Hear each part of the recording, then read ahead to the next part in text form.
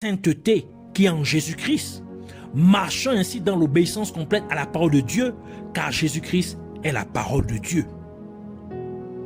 Et encore, le livre d'Ézéchiel nous révèle aussi qu'il y a des eaux qui sortent du temple de Dieu à l'Orient.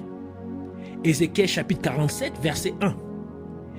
Il me ramena vers la porte de la maison, et voici, de l'eau sortait sous le seuil de la maison à l'Orient, car la face de la maison était à l'Orient. L'eau descendait sous le côté droit de la maison, au midi de l'autel. Et ces eaux qui sortent de la maison de Dieu à l'Orient apportent la guérison et la vie à la multitude, tel que Ézéchiel chapitre 47 versets 8 et 9 ajoute. Il me dit, cette eau coulera vers le district oriental, c'est-à-dire vers l'Orient, donc vers l'Est, descendra dans la plaine et entrera dans la mer. Lorsqu'elle sera jetée dans la mer, les eaux de la mer deviendront saines, c'est-à-dire elles seront guéries. Tout être vivant qui se meut vivra partout où le torrent coulera. Et il y aura une grande quantité de poissons, car là où cette eau arrivera, les eaux deviendront saines, donc guéries, et tout vivra partout où parviendra le torrent. Donc tout va être ravivé. Cela nous dit donc que le fait qu'Hidékel se dirige vers l'Orient de la Syrie, donc vers l'Est de la Syrie, signifie que Hidékel oriente les êtres humains vers la guérison.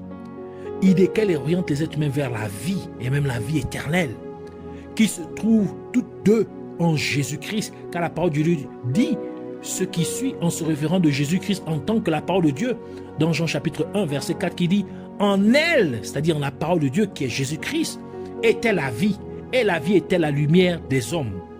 Et Jésus-Christ a aussi ajouté dans Jean chapitre 7, verset 38 pour dire « Celui qui croit en moi, des fleuves d'eau vive couleront de son sein, comme dit l'Écriture. » Jean chapitre 3, verset 16 conclut pour dire « Car Dieu a tant aimé le monde, qu'il a donné son Fils unique, afin que quiconque croit en lui ne périsse point, mais ait la vie éternelle. » Ainsi, Hidékel montre aux êtres humains comment recevoir la vie éternelle et comment recevoir la guérison de Dieu.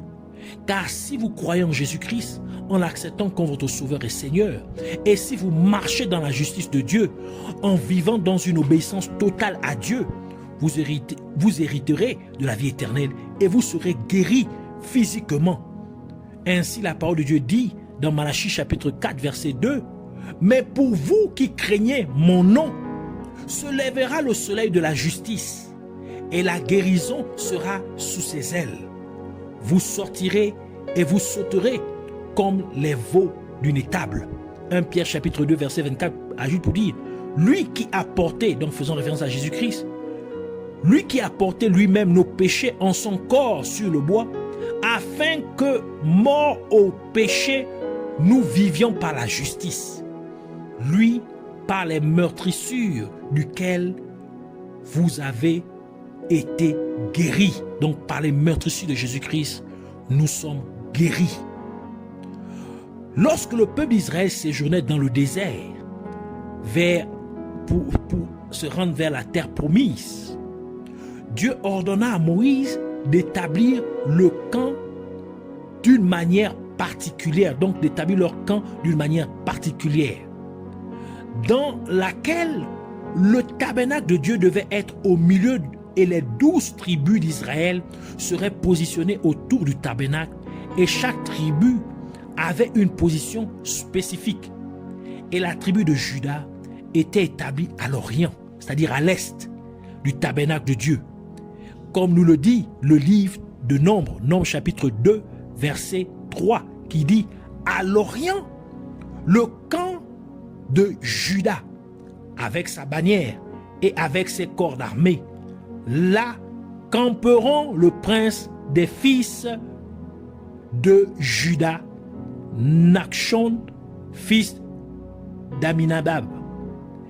Et nous savons que le nom Juda signifie louange, tel que Léa l'a mentionné à la naissance de son quatrième fils Juda, dont la tribu de Juda est issue. Genèse chapitre 29, verset 35 qui dit: elle devint encore enceinte et enfanta un fils, et elle dit: cette fois, je louerai l'Éternel. C'est pourquoi elle lui donna le nom de Juda.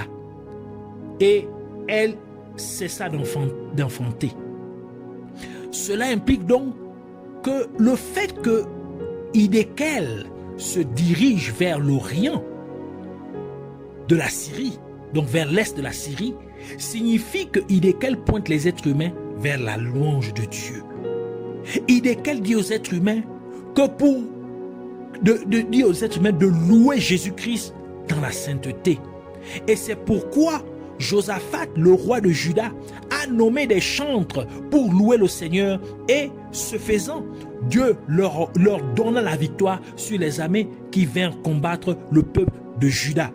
2 Chroniques chapitre 20 verset 21 à 22 qui dit: puis d'accord avec le peuple, il nomma des chantres qui, revêtus d'ornements sacrés et marchant devant l'armée, célébraient l'Éternel en disant: louez l'Éternel, car sa miséricorde dure à toujours.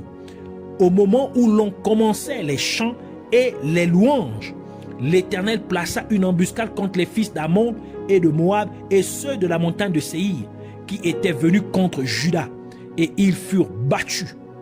Ainsi, Hidékel montre aux êtres humains comment avoir la victoire sur les œuvres des ténèbres, et cela c'est en louant Dieu dans la sainteté. Et du même passage de livre de Nombre 2 verset 3, nous apprenons que le soleil se lève à l'Orient, c'est-à-dire à l'est, et Jacob nous a révélé que le soleil représente les pères fondateurs, car Jacob a interprété le soleil qui était dans le rêve de Joseph comme étant une représentation de lui en tant que père de Joseph. Genèse chapitre 37 verset 9 à 10 qui dit: il eut encore un autre songe et il le raconta à ses frères. Il dit: j'ai eu encore un songe, et voici le soleil, la lune et 11 étoiles se prosternaient devant moi. Il le raconta à son père et à ses frères. Son père le réprimanda et lui dit: que signifie ce songe que tu as eu? Faut-il que nous venions, moi, ta mère et tes frères, nous prosterner en terre devant toi? Donc ici, Jacob s'assimile au soleil dans le rêve de Joseph. Cela signifie que le soleil représente les 5 ministères que Jésus-Christ a donnés à son Église, car c'est à travers les 5 ministères que des personnes naissent de nouveau. Ainsi, les églises sont établies.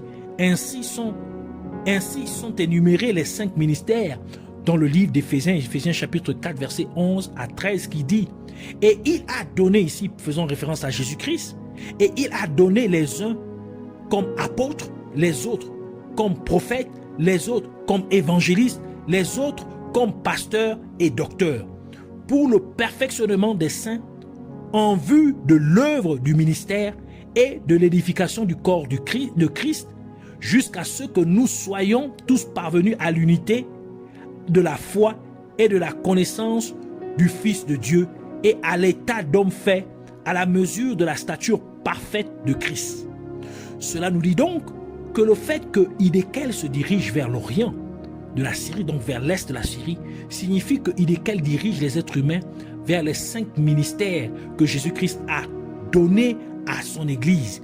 Hidékel demande aux croyants de s'emparer de ces 5 ministères pour édifier le corps du Christ et perfectionner les saints de Dieu en opérant dans ces 5 ministères dans la sainteté.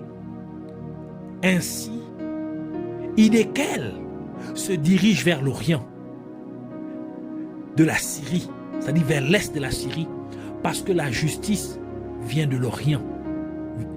Comme le dit le livre d'Ésaïe, Ésaïe chapitre 41, verset 2, qui dit: qui est celui qui a fait lever de l'Orient la justice, qui l'a appelée afin qu'elle le suivît pas à pas, qui a soumis à son commandement les nations, lui a fait avoir domination sur les rois et les a livrés à son épée comme de la poussière et à son arc comme de la paille poussée par le vent.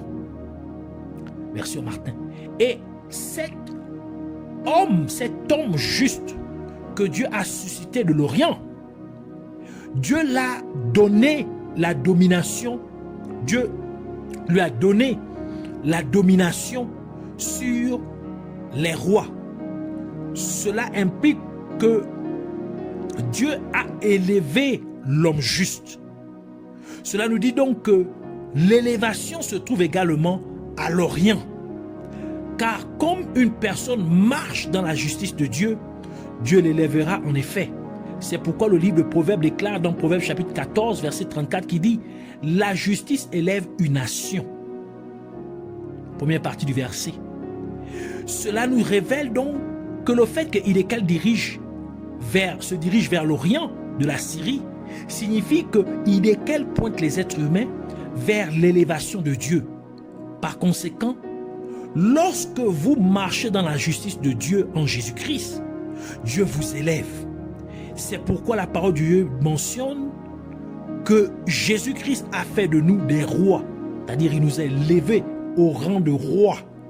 Apocalypse chapitre 5 verset 10 qui dit: tu as fait d'eux un royaume et des sacrificateurs pour notre Dieu, et ils régneront sur la terre. Donc tu as fait d'eux des rois et des sacrificateurs, et ils règneront, afin qu'ils règnent sur la terre. Donc les rois règnent, les rois dominent, les rois contrôlent.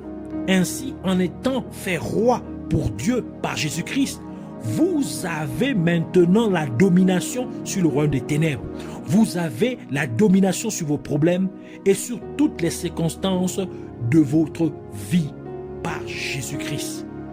Ainsi se trouve la révélation derrière le fait que le fleuve Hidékel se dirige vers l'Orient de la Syrie, c'est-à-dire l'est de la Syrie. C'est pourquoi nous voulons prier selon cette révélation au nom de Jésus-Christ pour dire: merci Abba Père, Dieu Tout-Puissant, Roi de gloire.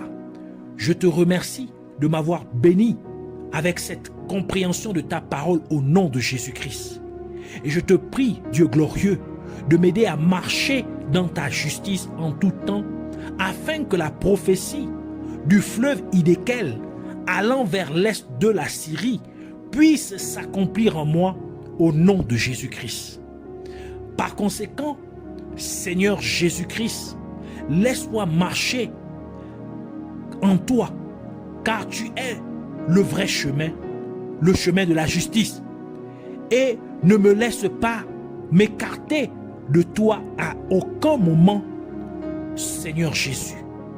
Et comme je t'ai accepté comme mon Sauveur et Seigneur, que tous mes péchés soient ainsi pardonnés.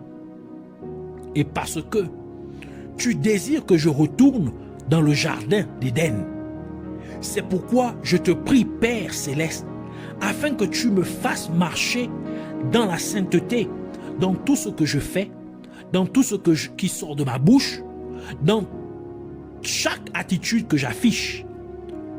Conduis-moi donc, Seigneur Jésus-Christ, à l'arbre de vie, afin que je puisse saisir pleinement la vie éternelle que tu as préparée pour moi.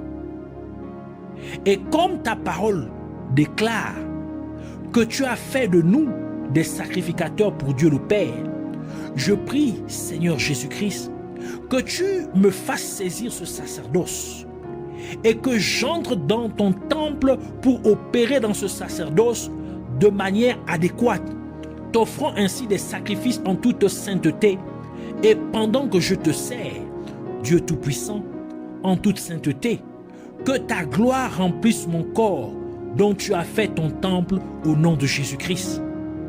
Que ta gloire soit ainsi restaurée dans ma vie, ainsi que tes eaux vives coulent en moi et à travers moi pour guérir tous ceux qui étaient malades en moi et autour de moi au nom de Jésus-Christ, et qu'elle donne aussi la vie à tout ce que l'ennemi a pu tuer ou détruire en moi au nom de Jésus-Christ, ou encore autour de moi au nom de Jésus-Christ. Et en tant que ton peuple sur la terre, amène-nous à nous saisir des 5 ministères que tu as donnés à ton Église, afin que nous puissions édifier ton Église et perfectionner tes saints sur la surface de la terre, alors que nous opérons dans ces 5 ministères en toute sainteté dans le nom de Jésus-Christ. Et comme tu m'amènes à te louer dans la sainteté, puisses-tu donc me donner la victoire sur toutes les puissances des ténèbres et sur toute adversité au nom de Jésus-Christ. Et encore, afin que tu me fasses marcher dans ta justice, je prie pour que tu m'élèves, car ta parole dit que la justice élève une nation. Amène-moi donc à dominer sur le royaume des ténèbres, que je puisse dominer sur tout problème qui pourrait survenir sur mon chemin au nom de Jésus-Christ. Je te remercie ainsi, Père de gloire, Roi tout-puissant, toi le seul et véritable Dieu. Merci de me répondre en conséquence. Merci d'avoir fait que la prophétie du fleuve Hiddekel qui va vers l'est de la Syrie s'accomplisse dans ma vie dans tous les aspects de sa signification. Puisses-tu être ainsi magnifié à jamais au nom de Jésus-Christ. Amen.